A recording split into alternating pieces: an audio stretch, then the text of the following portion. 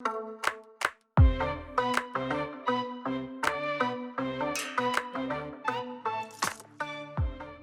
everyone, I hope all of you are having a wonderful day and welcome back to Kayan Al-Bashar, where today I'm going to be building the facade of the Hagia Sophia or the Sultan's palace or throne room. But you can also forget about 90% of what I built in the last video, because the only thing that survived from that is the big dome. And general tip for everyone, build from the foundation up. Don't go for the pretty points first, because then you will get the entire structure wrong. With that being said, let's get into today's build and I will sort of explain why I had to restructure the entire building.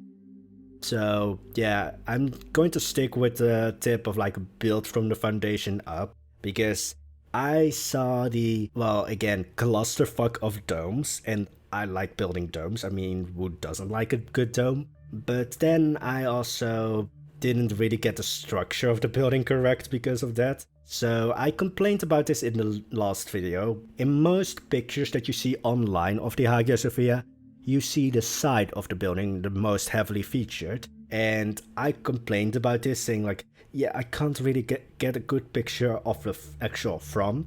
And then I realized, oh, I actually repeated this in the actual build, because the side of the Hagia Sophia was built as the front in Kayan Al-Bashar, so I am completely guilty of doing the same thing that I complained about.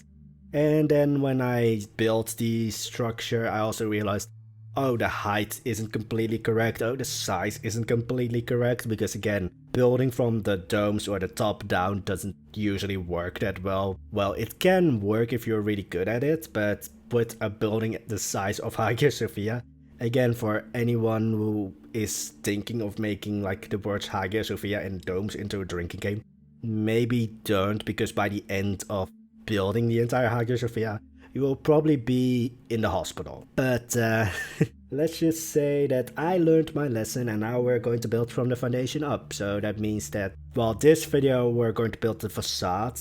Next video we're going to build the sides, and because the sides are basically the same on each side, I'm going to basically build one side and then, well, you know how the other side's going to look. The back of the building is going to be interesting because, yeah, I made the building larger just because then the entire structure fits, because that's the thing with the structure in the last video. The height fell off because the structure underneath it didn't support that height, so it just felt like it was stretched. Now that the structure is the correct size, it's also a little bit bigger because of that, and I did not realize this, but we are getting close to the edge of the map. So that was going to be fun. And also I'm just going to say this, at some points there will be things today that are from the older structure. So right now we're still at the older structure, which means that it's not the correct size. But in general, most of the things that I built today are going to be almost exactly the same. I mean, these flying or floating, let's just say buttresses, are exactly the same, but there's going to be a rounded roof that I built later, which is going to be different because I had to increase the size of it. But the general building off is still the same, it's just that some things became larger, which, I mean, I think we all expect that by now. But anyway, today I actually didn't want to really talk too much about the building because I spent the entire week on this building, so I'm kind of like mentally drained from the building a little bit. So yeah, I'm going to talk about Game of Thrones. And I first had like a rant about another Disney character in mind, but I couldn't get Game of Thrones out of my head, so just a quick heads up. Basically, I should give a spoiler warning for everything of Game of Thrones. Well, mostly from like season 4 onwards. So if you haven't watched it and don't want to hear about it, please mute me. Or if you still want to hear about it, you know, don't do anything and just sit back and grab some popcorn while I rant about basically a lot of things going on from season 4 forward, because I'm just going to say it, I have not watched the season 8 of Game of Thrones. I've watched the ending, which made no sense in my head, and I don't know too much about politics, but yeah, the end just didn't make any sense. But what I took the most issue with is, well, basically how they condensed the Dorne plot. So in the Game of Thrones series, Dorn is basically just vengeance. Like, that's the entire thing of Dorn.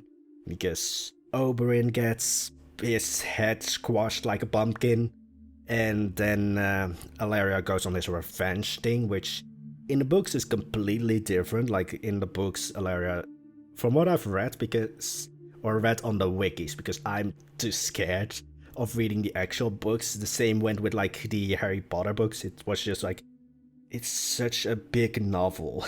So I'm like, want to read it, but I'm scared of the size, and so I never read the real books. Well, I read the first two of the Harry Potter books, and then I was just like, nah, I don't have the patience for this. I mean, I'm a scroll. I don't really have any patience whatsoever. Yeah, in the books, or at least from what I've read on the wikis, the Dornish plot is completely different. Alaria's actually like trying to maintain peace. Her daughters still want to murder Cersei and every Lannister they can find. Alaria actually tries to maintain peace. Doran isn't actually just sitting and doing nothing. Doran actually also has a lot of plots. Dorne is basically in the books like the long-term plotter. Like, they have been plotting for basically since Robert took over. They've been plotting how to take him and the Lannisters down. So again, huge spoiler warning for anything going on from season 4 forwards and anything going forward after Oberyn died in the books. But I like that, because just for me it adds more weight to the characters when there's actually build up to them, and I do fully recognize that in a TV series you have to move faster, because like you can't go into minute details, because then the viewers will lose interest. And I mean, I can totally understand when there's like 50,000 characters. I mean, it was already hard to really remember all the characters in the series, but yeah, it just felt like the Dornish plot was basically condensed in such a way that it was like, you know, try to get this out as fast as possible, try to end this as fast as possible. Even though in the books there's so many interesting characters, and especially in Dorne, I would say a lot of like strong female characters, because Dorne in the books, this is not so much seen. Actually, I don't even think this is fully mentioned in the series, but Dorne is like this equal society where women inherit on the same grounds as men. So if Dorne has this like equal thing going on, which would be really interesting to see, because the rest of Westeros is, well, following basic feudalism. I'm just going to say it, if you have a cock, you basically inherit before any of your sisters.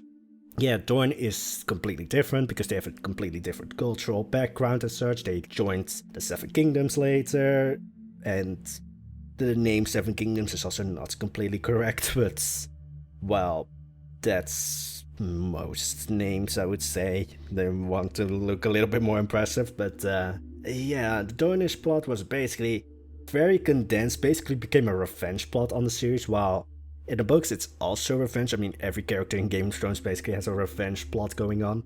They are a lot more like, well, sneaky about it. They are a lot more long-term thinking, instead of like, let's just try and kill as many Lannisters before we die.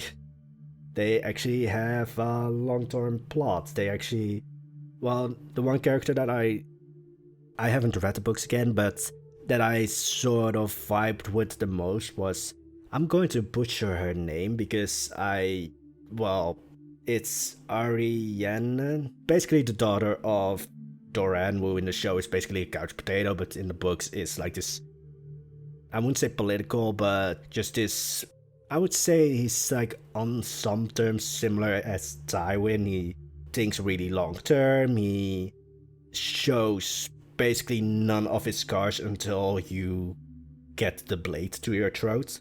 So shows himself as this very weak, frail old man, but is basically somewhat of a genius behind the scenes. And yeah, when it comes to Dorne, Arianna is supposed to be the heir, even though she's the daughter, because again, Dorne has this equal inheritance and equal treatment thing, which I don't think they even mentioned in the series. But I mean, that would be such a nice character, such a nice change, because formerly in the series it was like Marjorie, Cersei, and Sansa later on. Yeah, and also Daenerys, but then her ending was also like, what the fuck did they do there? Simple ringing of bells is enough to snap a character. How did she not snap in Marine or anything? I would love to see Dorne in how it's supposed to be. Not just a revenge plot, but actual, like the actual plots to it. So that's why I'm really wanting to now read the books, because there's actually like that. And it's not just like, let's kill as many Lannisters as we can find. Or try and miserably fail, because that's not how Game of Thrones works. If you go on complete instinct or just rash decisions, you are 99% certain to die. Yeah, I just want to now read the books, and I'm not going to see season 8 because I'm just going to remember everything up to season 4 of the Game of Thrones, and then after season 4 I'm just going to go with like the books. Yeah, I do have the books, but again I was scared to read them because they are huge novels. But I mean, you can develop characters a lot more when it's in a book, because you don't really have that, like, let's just say you don't need to pace it as fast as a series would need to do. But then also do talk about the ending of Game of Thrones. Now, I did say I haven't seen season 8, but I mean, right now it's died down by now, but when it came out, you of course couldn't escape it. If you was even mildly interested in Game of Thrones, you would somewhat see it, because as soon as it gets released, it's like completely all over YouTube and everything. So I did see the ending, and it just didn't make any sense to me, because from what I've seen, Tyrion gets arrested, and then literally I think like 5 to 20 minutes afterwards, he gets to make the decision on who rules Westeros. What? He's a prisoner. Why does he get any say in it? He basically turned his trial into a voting thing, where they vote for the next king, or next king or queen, which doesn't make any sense to me. And I am not that good with politics. I barely have any interest in real life politics. I mean, I also don't really have that much interest in real life religions. I mean, all of the things that I've built so far, Tianopolis, the short-lived Valhalla, and Kayan Al-Bashar, all have like fake made-up religions or built on religions that are now... I do know that there's like a small group of people who still worship like the Greek pantheon, but let's just say it's not a widespread modern-day religion anymore. So yeah, it's always sort of more of a fantasy thing whenever I build something. But that system of voting for the next king/queen just doesn't make any sense to me, because you still have all like the original players. Of course, some of the houses have changed. I mean, basically Bronn was this... Bronn, I think it was his name. I mean, I can understand that they in the series condensed all of the characters a little bit, or like the size of some houses, because yeah, it's sometimes a little bit difficult to follow everything because there's so many characters. But he gets lordship over the entire Reach, even though he has literally no experience controlling or, you know, managing a, I would say, province, but basically it's the size, I think, of like the entirety of Wales or something. I don't know. Yeah, let's just say you have somewhat all the old players still, all these mighty houses. What is to say that they just don't assassinate the next king just to get their family on the throne? Let's go with Bronn. He has the wealth of the Reach behind him. What is to say that he isn't going to assassinate... I think they made Bran king, which is weird, but okay. But what's to say that he's not going to assassinate Bran? Try and bribe as many of the noble houses as possible, who again are still the exact same, and then get his son/family member on the throne. And then what's to say that he will give up that power after that, because you still have all the old family or all the old players with all of their schemes and such. That political system just didn't make any sense to me, because all of the old players are still in the game, all of the old players still want to well, of course everybody wants to rule. I mean, a crown is a very tempting target. Yeah, that just didn't make any sense. And then also that Tyrion gets to decide that that's going to be how it's going to be, because again, he was, I think, supposed to be a prisoner at that point. And then there were also like all these plots or like, you know, storylines that didn't get followed up on.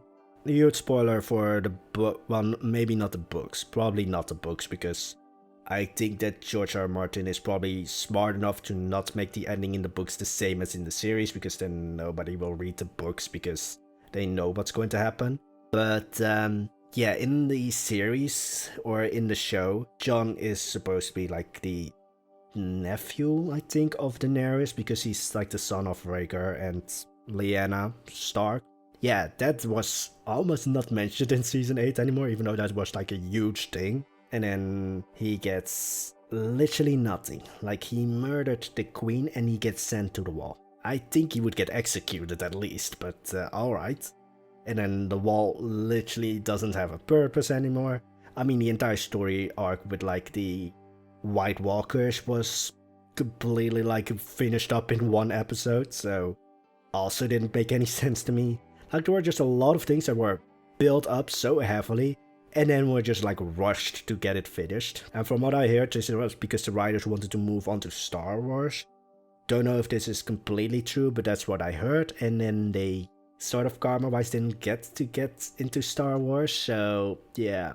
Anyway, just the entire issue that I have with Game of Thrones as a show was just after season 8, after season 4, it was just, it felt like so many plot points were just rushed. I think the only character which I was somewhat happy with how they finished it off was Sansa, which was surprising because, yeah, the first few seasons I was just like, alright, can we move to a different character? And then to find out that she had like the sort of strongest ending was kind of amazing. And also, my favorite character was blown up in a sept. Marjorie Tyrell was my favorite character, so I mean, I get that they murder people and they kill people because it's war, so it's kind of unrealistic for people not to die, but yeah, it's also just a thing of like in Game of Thrones, don't hold on to your favorite characters. But anyway, that's going to be it for today. I hope you enjoyed my little rant/ramble that didn't really have anything to do with the video, but it's Game of Thrones. We're building a throne room, so it's the loosest of threads, but it's somewhat connected. But anyway, again, that's going to be it, so I hope you enjoyed it. If you do, hit the like and subscribe button if you want to see more, and I hope to see you in the next video. Hopefully, this time I'm not going to go on a rant about Game of Thrones, but anyway, what do you think about season 8? Have you watched it or have you not? And if you haven't, why? Well, of course, this is if you watch Game of Thrones in itself. But anyway, I'm going to go now, so have a nice day and bye bye!